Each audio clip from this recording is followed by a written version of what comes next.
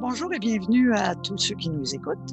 Ça me fait plaisir de vous présenter aujourd'hui Lindsay Roels, qui était historienne de l'art et qui va nous donner le cours sur la Renaissance. Elle va nous expliquer dans cette brève présentation les tenants et aboutissants de ce cours. Lindsay est originaire de Belgique. Elle a obtenu un baccalauréat en histoire de l'art et archéologie à l'Université libre de Bruxelles, après une carrière en enseignement de 6 ans. De plus, elle détient une maîtrise en histoire de l'art de l'Université du Québec à Montréal. Lindsay enseigne l'histoire de l'art à l'Académie des beaux-arts de Montréal. Elle a donné aussi quelques conférences et plusieurs cours, sur notamment les femmes dans l'histoire de l'art, cours très intéressants. Elle collabore à des projets rédactionnels ou éducatifs avec différents organismes. Aujourd'hui, Lindsay va nous faire sa présentation de comment aborder la Renaissance ou les Renaissances. À toi, Lindsay. Merci, Christine. Bonjour tout le monde. Je suis ravie de vous retrouver pour un nouveau cycle de cours à l'Académie. Surtout qu'on va commencer, j'ai envie de dire, sur les chapeaux de roue, avec une période cruciale dans l'histoire de l'art. Pourquoi cruciale? Parce qu'elle a marqué son temps, puis elle a même marqué les siècles à venir. Alors, puisque vous le savez peut-être, quand on dit la Renaissance est un moment capital, donc sur une vague historique et dans le domaine artistique aussi. Pourquoi? Parce que c'est un moment de grandes distinctions, de grandes différences par rapport à tout ce qui s'est passé avant elle. C'est un moment où on veut faire revivre la culture antique. On éjecte de ce fait-là le lourd héritage du Moyen-Âge, la religion finalement guidait tout, au profit à présent d'une nouvelle vision du monde. Alors un monde qui ne tourne plus autour de la place du sacré, mais qui met de l'avant et même au centre l'homme, l'humain. Et cette remise en question, qui change donc la manière dont l'homme se voit, se perçoit, va aussi bouleverser le mode de représentation. Donc, on va rentrer de ce fait-là dans une nouvelle conception artistique, dans de nouvelles démarches et recherches pour entrer en adéquation avec cette nouvelle manière de se voir. Et vous verrez que cette période est très riche. On a une création artistique particulièrement intense avec plusieurs foyers importants. En Italie, ça c'est, je dirais en général, ce que l'on connaît, ou en tout cas qu'on apprivoise plus facilement, mais pas que. Christine, d'emblée, vous parlait de plusieurs renaissances, et effectivement, on en a plusieurs en fait. Pourquoi? Parce qu'il faut compter l'Italie, mais il faut aussi compter au-delà des Alpes, et donc les anciens Pays-Bas, en Flandre, qui compte aujourd'hui une partie de la Belgique, le monde germanique également, avec l'Allemagne, la Suisse et j'en passe. Donc, on a plusieurs foyers, plusieurs centres, de nombreux artistes, une création très variée. Et donc, il faudrait plutôt, pour être juste, parler des renaissances et non pas de la Renaissance, parce qu'on va voir combien elle est multiple. Alors, multiple à juste titre, certaines œuvres d'ailleurs sont particulièrement célèbres. Je me suis amusée ici à en reprendre certains éléments que vous reconnaissez peut-être. Alors, on abordera par exemple l'œuvre incontournable de Léonard de Vinci avec la fameuse Joconde. On fera aussi un tour du côté du plafond de la chapelle Sixtine avec Michel-Ange. On s'attardera sur les éboues Adolphini de Van Eyck, ou encore on s'invitera aux fêtes de village de Bruyères. Donc, l'amusement ne manquera pas, puis les voyages non plus. Donc, ce sont effectivement des œuvres d'art, des chefs-d'œuvre de l'histoire de l'art que je vais vous présenter pour vraiment vous montrer et mettre en évidence l'apport de tous ces très, très, très, très, très, très grands artistes. Alors, Le second objectif de ce cours, puis ça me tient particulièrement à cœur, c'est celui de vous rendre autonome dans la découverte, la lecture, puis finalement l'appréciation des œuvres. Donc, moi, mon but, c'est de vous donner les clés des concepts de cette période riche, mais pas simplement pour enrichir votre culture générale.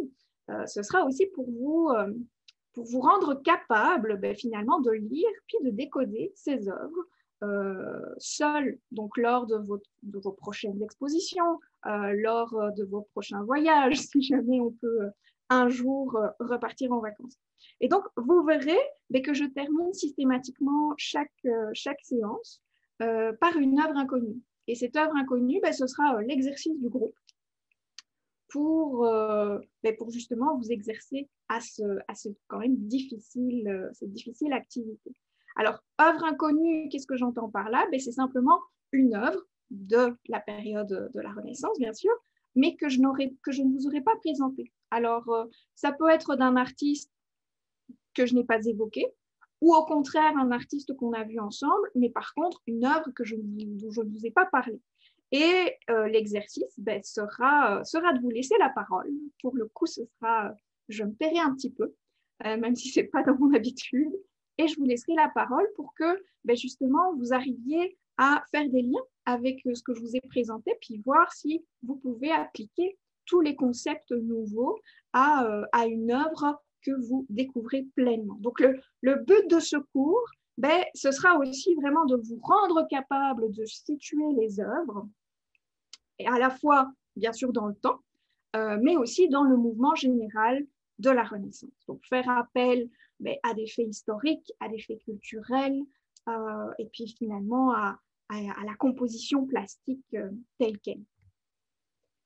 Alors, pour arriver à ça, on va débuter par les prémices de la Renaissance. En fait, les prémices de la Renaissance, qu'est-ce que c'est? C'est une période intermédiaire entre le Moyen-Âge et la Renaissance. Pourquoi? Parce qu'il n'y a pas eu une rupture nette, brutale entre l'art médiéval et l'art renaissant, mais plutôt une transition progressive avec des artistes comme Giotto pour l'Italie ou Van Eyck pour les Flandres, que l'on appelle les primitifs. Et donc, avec eux, avec ces primitifs, je ne peux pas vraiment parler déjà de Renaissance, mais je ne peux pas non plus parler de Moyen-Âge. Ils sont vraiment à cheval entre ces deux périodes. Donc, on est dans un entre-deux, mais qui pose malgré tout déjà les fondements de cette Renaissance. Donc, on commencera par eux, pour ensuite se consacrer plus particulièrement à des zones géographiques bien distinctes, avec l'Italie d'abord, qui est le foyer dominant de la Renaissance, au Quattrocento. Les historiens appelaient autrefois cette haute Renaissance la première Renaissance. Je ne sais pas si ça évoque peut-être déjà une première petite notion pour certains d'entre vous, mais voilà, je parle de la même chose. Donc, on va commencer par ces aînés de la Renaissance. On va commencer notre voyage à Florence, où tout démarre, parce que c'est vraiment là que la Renaissance s'est petit à petit constituée. On verra à la fois dans ce parcours des peintres, mais des sculpteurs et même des architectes, parce que c'est fondamental, selon moi, de vous montrer que cette Renaissance, ô combien riche, elle s'exprime vraiment de différentes manières et dans différents champs artistiques. Et il faut vraiment se mettre dans le contexte que à cette époque, c'était pleinement légitime de lier tous ces champs artistiques, tous ces domaines, parce que concrètement, les artistes se parlaient, les artistes s'influençaient, ils débattaient de leurs nouvelles idées, et, ils innovaient finalement un peu ensemble. Donc, on verra par exemple avec Ghiberti et Donatello la sculpture.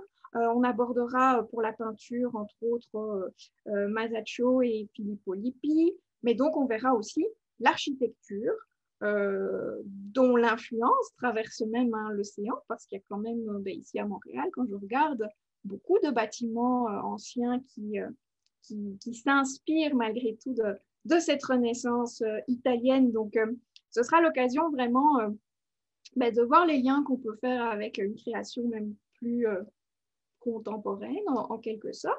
Et ce sera surtout aussi l'occasion de se promener à travers mon PowerPoint dans de très, très beaux endroits, de très beaux palais italiens. Et on verra l'influence justement donc, de ces réflexions, des réflexions d'architectes comme Brunelleschi sur la peinture. On verra aussi des églises, de sublimes palais, de Michelozzo, de Palladio. Et on verra comme ça que finalement, voilà, ça se répond. Les artistes se proposent de nouvelles créations basées vraiment sur de nouvelles compositions et on peut bien comprendre, on peut bien voir combien toutes ces disciplines résonnent entre elles. Hein, donc, vraiment, c'est une communication entre tous les réseaux de la culture. Alors ensuite, on continuera notre programme avec une série de cours qui résumera, tant que faire se peut, le travail des génies, hein, les stars de l'art qu'on connaît, ne serait-ce que de nom en général. Hein. Donc c'est vraiment le travail des génies, rien de moins, on va s'attaquer à ça. Génie pourquoi? Parce que donc vraiment il s'agit en général de tous les grands noms qui nous font inévitablement penser à cette renaissance. On commencera avec les aînés d'abord, comme Botticelli et De Vinci, puis la relève qui se passe à Rome, donc Botticelli, De Vinci, c'est plutôt Florence. Ensuite, donc, on continuera à Rome. Hein. Je vous avais dit que je vous emmenais en voyage virtuellement, en fait. Donc, on ira à Rome avec Michel-Ange et Raphaël. On verra que tous ont marqué l'histoire de l'art, mais chacun à leur manière. Hein, leur proposition est vraiment bien distincte. Et surtout, je tâcherai de vous montrer combien ces conceptions artistiques ne sont pas à comparer et à hiérarchiser. Non, on n'est pas dans un rapport de hiérarchie quand on se doit d'observer ces chefs-d'œuvre. Non, il n'y en a pas une qui prévaut sur les autres. Mais par contre, c'est intéressant de les mettre en réseau puis de voir les résonances entre elles. On fera aussi un tour à Venise. Venise étant aussi un foyer important dans la production artistique à ce moment-là, avec entre autres Tintoret, Bellini, Véronèse, Titien, qui encore une fois font des propositions très, très, très, très différentes. Mais avec le même souci porté sur la couleur. Donc, ce sera pour moi plus évident de vous les présenter en un bloc cohérent. Puis vous verrez que, à nouveau, c'est assez étonnant de voir le travail plastique de chacun. Alors ensuite, donc, pour avoir une vision globale de la Renaissance, il nous faudra quitter l'Italie. On ira au-dessus des Alpes et vous verrez que par-delà cette frontière, le goût artistique est resté, quant à lui, beaucoup plus ancré dans un goût médiéval, hein, le goût gothique que je profiterai de vous redéfinir à ce moment-là. Et vous comprendrez que ces artistes qui se lancent plutôt dans cette direction très différente d'une approche à l'italienne, je dirais, le font non pas par manque de compétences ou par manque de savoir des nouvelles innovations qui se passent autour d'eux. Non, c'est plus souvent une question de choix. Donc, je tenterai de vous amener à comprendre en quoi et comment et en quoi ils ont fait, eux, des choix complètement différents. On s'attardera par exemple sur les gravures de Dürer, hein, Albrecht Dürer, qui est, on l'appelle le génie du Nord, hein, c'est un peu le De Vinci du Nord, qui nous a d'ailleurs laissé une plus grande production que De Vinci. Il nous a laissé vraiment beaucoup de gravures, puis on aura de ce fait-là l'occasion aussi de s'attarder sur un médium différent. Donc, on va de ce fait-là voir la peinture, la sculpture, l'architecture dont je vous parlais déjà, puis on va aussi s'attarder par exemple sur la gravure de Dürer.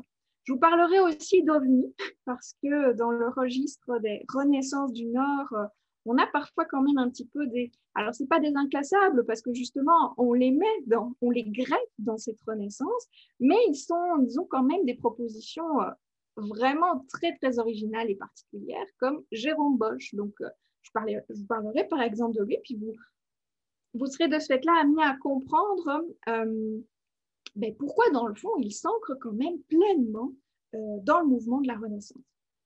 On se perdra aussi dans les riches détails de tableaux de Bruegel. Donc, j'en passe. Là, il y aura vraiment beaucoup de choses à dire aussi dans ce domaine-là. Alors, la suite de notre voyage se fera en France, avec particulièrement l'école de Fontainebleau, ou devrais-je dire plutôt les écoles de Fontainebleau, parce qu'il n'y a pas... il y a plusieurs écoles, en fait. Il y en a une première qui est beaucoup plus italienne, et la seconde qui, elle, s'inspire davantage de l'art flamand. Donc, on verra justement, encore une fois, quelles sont les distinctions entre ces écoles et aussi quels sont les liens puis les apports mutuels que l'une et l'autre ont pu réaliser. On clôturera ce panorama de la Renaissance avec la Renaissance tardive, le maniérisme. Vous verrez que c'est un style un peu à part, mais qui est finalement malgré tout complètement ancré dans le style de la Renaissance. Les artistes maniéristes, ils ont le défi de laisser leurs traces après le passage légendaire des monstres sacrés qu'on aura donc vu avant. Hein. Que faire après De Vinci? Que faire après Michel-Ange? La tâche est vraiment gigantesque pour ces artistes, puis la pression aussi. Puis on verra que ces artistes se détachent de ce qui s'est fait avant pour proposer quand même autre chose. Et ces autres nouvelles créations vont faire particulièrement très bien la transition avec le XVIIe siècle qui suivra. Je ne manquerai par exemple pas de vous parler du Gréco qui est comme Bosch en fait, tout à fait à part. Il a déjà un pied dans le XVIIe siècle, mais son art finalement, lui est complètement renaissant. Donc, on viendra voir ces aspects-là, ces apports-là, puis ça clôturera notre cycle de cours.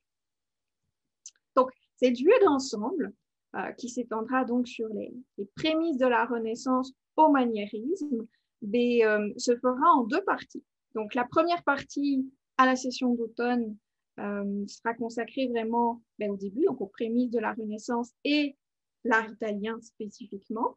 Puis la seconde partie sera quant à elle consacrée aux Renaissances du Nord et au maniérisme. Donc, vous aurez aussi le choix de passer 2 tests sur ces parties, 2 tests pour tester vos connaissances, voir si vous retenez bien, si vous assimilez bien tous ces concepts-là. Vous pouvez le faire juste à titre d'exercice, hein, sans forcément vous mettre la pression de réussir, mais sachez que si vous réussissez ces tests, vous obtiendrez une certification finale de l'Académie. Vous recevrez également, pour chacune des séances, un document d'information. Alors, sur ce document d'information, je vais vous laisser toutes les caractéristiques générales présentées au cours, ainsi que la liste des œuvres que je vous aurai projetées, et une bibliographie aussi pour aller plus loin, parce que moi, mon troisième sous-objectif de tout ça, c'est de vous donner le goût de découvrir encore plus cette période. Donc, moi, je vous propose un panorama, puis je vous donnerai aussi certains des, selon moi, meilleures bibliographies, meilleures ressources.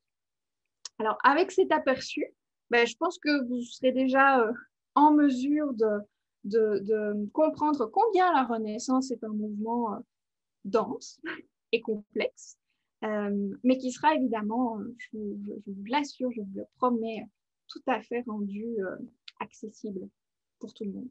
Voilà, donc j'ai hâte de commencer ce cycle avec vous. Puis si vous avez des questions, n'hésitez pas à me contacter aussi via l'Académie.